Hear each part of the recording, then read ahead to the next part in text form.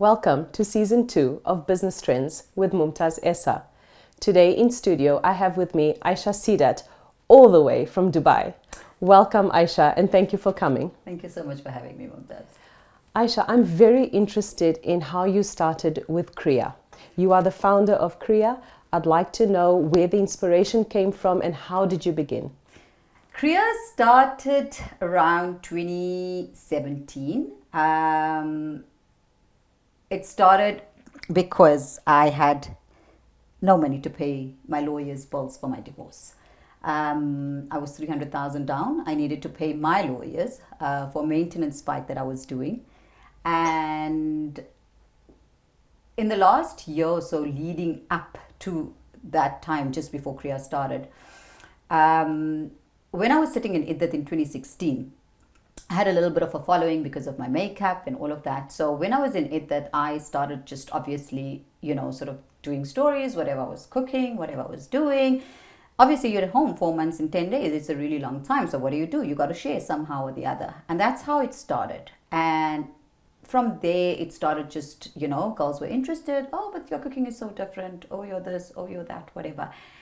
That's how it started. And in 2017, when there was literally this massive bill that I was sitting with, I was like, okay, fine, I need to do something. So I've always been into training.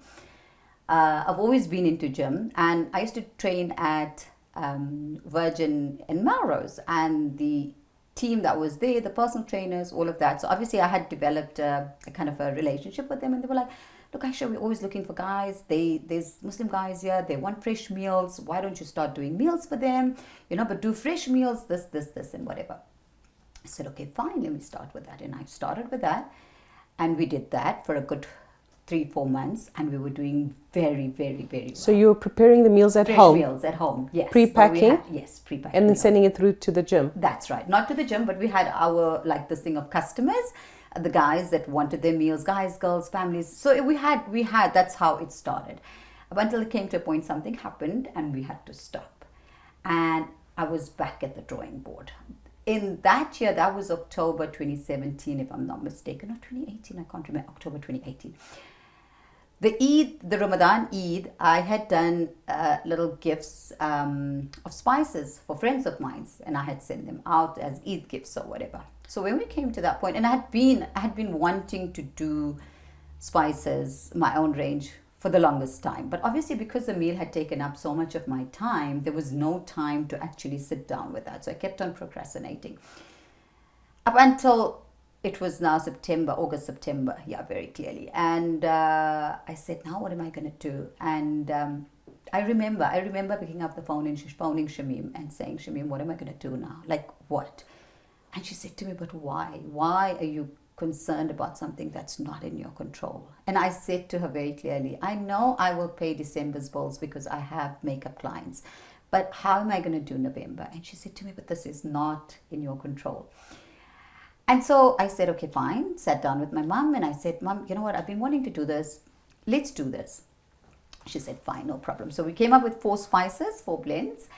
And we put them into Ziplocs. We did little pouches, cloth pouches, and I had a stamp done, put a Krea stamp on it, and we did 200 of those pouches, so 50 of each. And I thought, okay, fine, it'll take me some time and whatever. So we did that. And 2 weeks later, we were sold out. Yeah. Ayesha, where do you source your spices from? Do you import your spices? Do you source them locally? And then another question that I have for you, also for my viewers that would perhaps want to start up a business very similar to yours, because there's a lot of women out there who don't know how or when to start and how to go about it. So when it comes to spices, do you import your spices and do you have a factory? Yeah, so we import our spices or we source them locally as much as we can. So wherever possible, if we can, we source locally organic produce. If we can't, then obviously we source it from India, wherever, Iran, Iraq. So it's different, but if I can give you an example, a bottle of Zafrani Garam Masala holds up to about 10 to 12 different spices. So depending where we're going to get what and the best quality, and that's basically how. Have you taken Krea global? Yes, Alhamdulillah, we have. Alhamdulillah. We've got Krea in Florida, we've got Krea in Canada, we've got Krea in the UK, we've got Krea in Dubai, we've got Krea in the Middle East. So Alhamdulillah. Head office remains in South Africa, Head and you office for dispatch. now. Yes, we dispatch. We dispatch. Ayesha, you've recently emigrated. Yes. You first went to Turkey, and then from Turkey you went to Dubai. Right. And in Dubai, I've noticed that you've started with makeup. Am I Yes, correct? yes. How different is the business, or rather the trend in Dubai, different to South Africa? Very different. Dubai is very competitive. Extremely, extremely competitive. But that being said, I think it's also a very easy place for you to create your space. So you've got to be hardworking. You've got to be at the right place at the right time. If you don't mind me asking, it's a very interesting topic that you touched on. You mentioned that it's a very easy place to create, Yes. to make Yes. a space for yourself. Yes. Even though, as a foreigner in a different country, without the support structure of family and friends, could you elaborate on how it's easier to integrate in terms of business as opposed to being in your home country? Dubai is a very open country. They accept you, right? So the country itself, which is something Turkey doesn't. So that was our biggest issue in Turkey.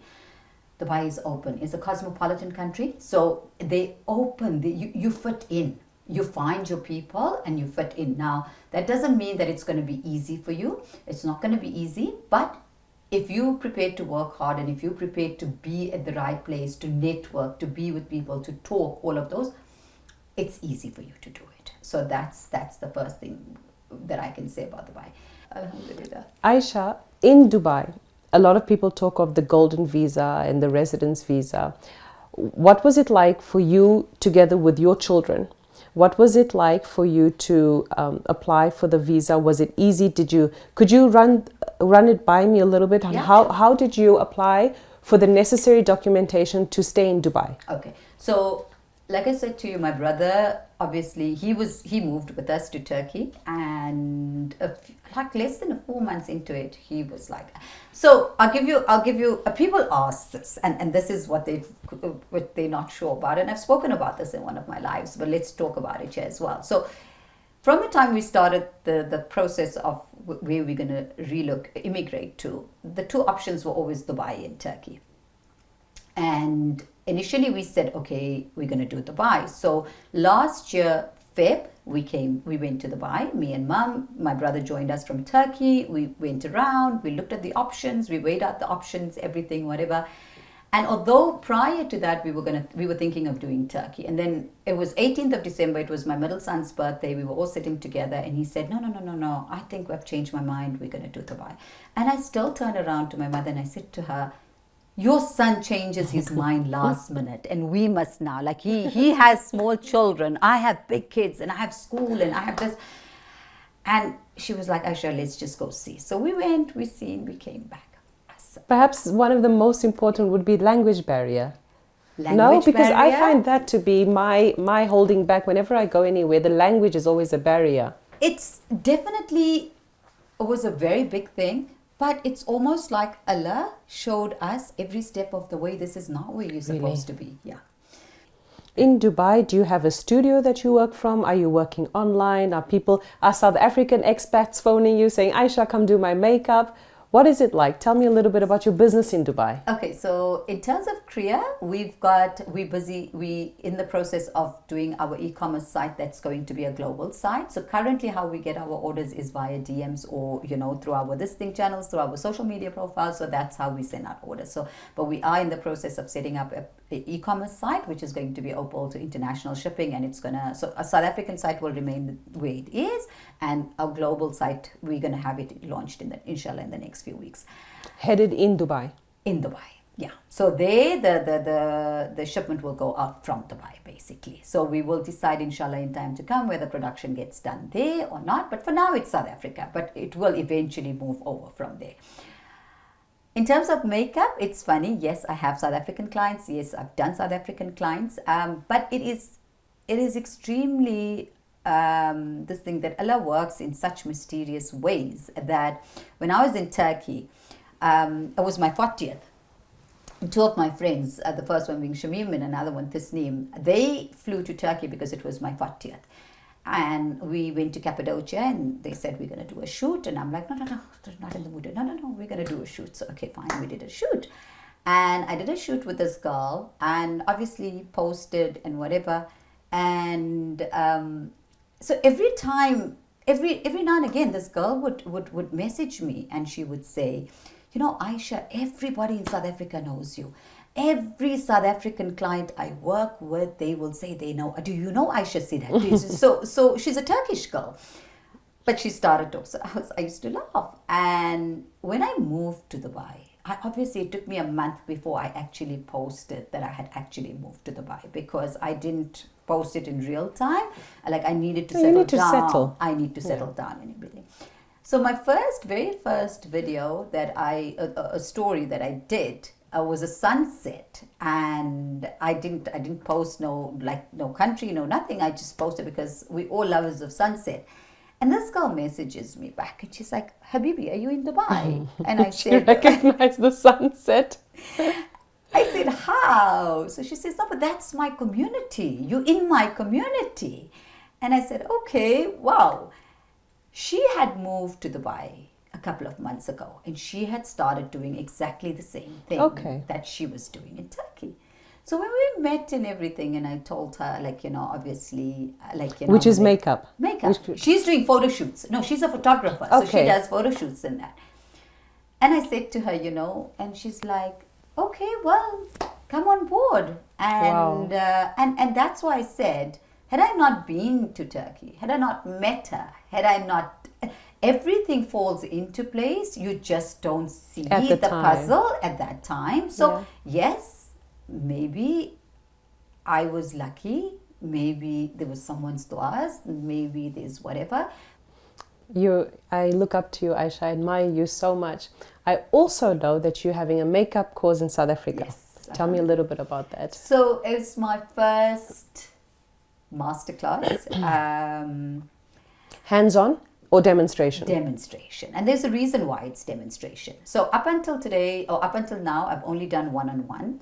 The reason why I wanted to do a demonstration is I feel like there's so much that needs to be given.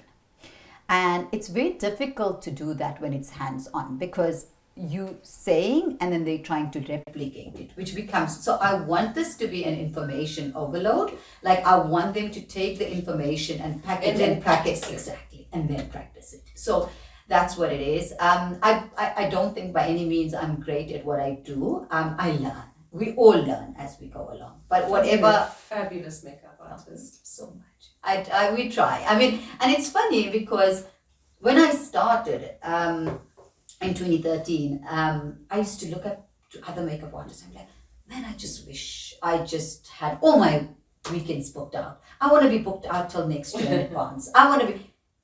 It's exhausting. But all those things had fallen into place. I had ticked off all. That's why when I tell you, I wasn't in any mood to move, because why would you want to leave all of this and go start all over again? That's exhausting, because now you've set all these goals in place and you've met them. Yeah. Now you're asking me to go do them all over again. To who? For what? Like, why do I need to do this again? I've done it already once. But Alhamdulillah, Allah's mercy, it gets done. Are we going to be seeing Ayesha more often? Inshallah. Back home? Yes, I think definitely. Inshallah. This is home. It'll always be home. There's no place like home. Thank you very much, Ayesha, for affording us your time and for the beautiful experiences you've shared with us. We wish you all the best in Dubai. And please do come back home as often as possible. Thank you so much. Inshallah. This is home. We'll always be here. Thank you, Ayesha.